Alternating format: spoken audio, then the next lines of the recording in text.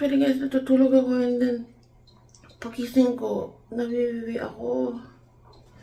Tapos nung nawiwiwi ako, parang naramdaman ko parang may lumabas na something. So maliligo na ako. And kailangan ako mag-prepare. Kasi actually, natutulog lang ako. Tapos pagising ko, naiihi ako. Pag-ihi ko, lumabas na yung Yokis vlog ko. Naligo na muna ako kasi any moment baka bigla akong si baby.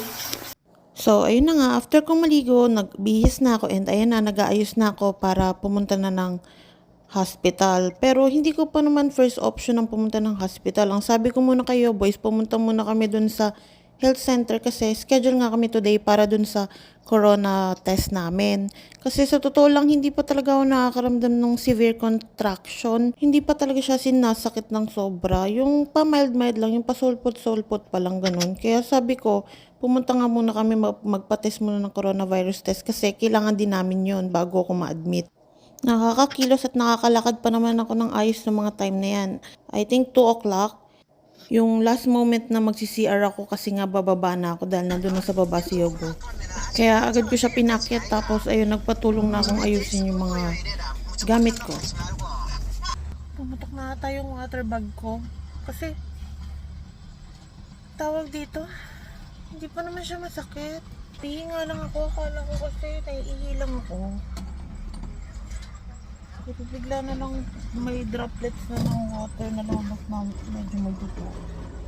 Kaya ayun, diretso na kami ng hospital. So we're on our way na nga papunta sa hospital instead of dun sa health center kasi kanina pa talaga to si Yobo mas kinakabahan kaysa sa akin eh. Umaga pa lang nung sinabi ko na pumutok mucus plug ko dumiretso na nga raw ako sa hospital mag-isa kasi nga nasa work pa siya. Ayoko naman mag-isa kaya inintay ko talaga siya. Busy pa dun sa trabaho niya kaya tinapos niya muna yung mga pwede niyang gawin. After ni Yobo sa reception, nung sabi, diretso daw kami fetal movement test exam. Kaya lang in-explain nga ni Yobo dun sa nurse na lumabas na yung mucus plug ko and then may lumabas na yung water bag ko unti. Kaya ayun, in-advise kami na diretso na dun sa doc namin para ma-check na agad ako. And then maya-maya nga, ayan, pinapasok na kami.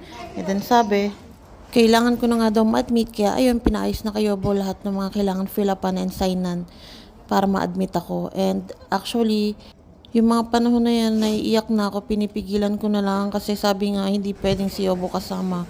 Ako lang dahil wala pa ng result ng COVID test niya. Kaya ayun, pauwi na siya. Pero tinawag ko muna siya saglit para mag-kiss. Alam mo yung feeling na pinipigilan kong umiyak kasi maraming tao na makakita. Yung feeling na bigat-bigat ng dibdib ko kasi gusto ko kasama ko si Yobo. Gusto ko nasa tabi ko siya pero wala akong magagawa kasi hindi pwede.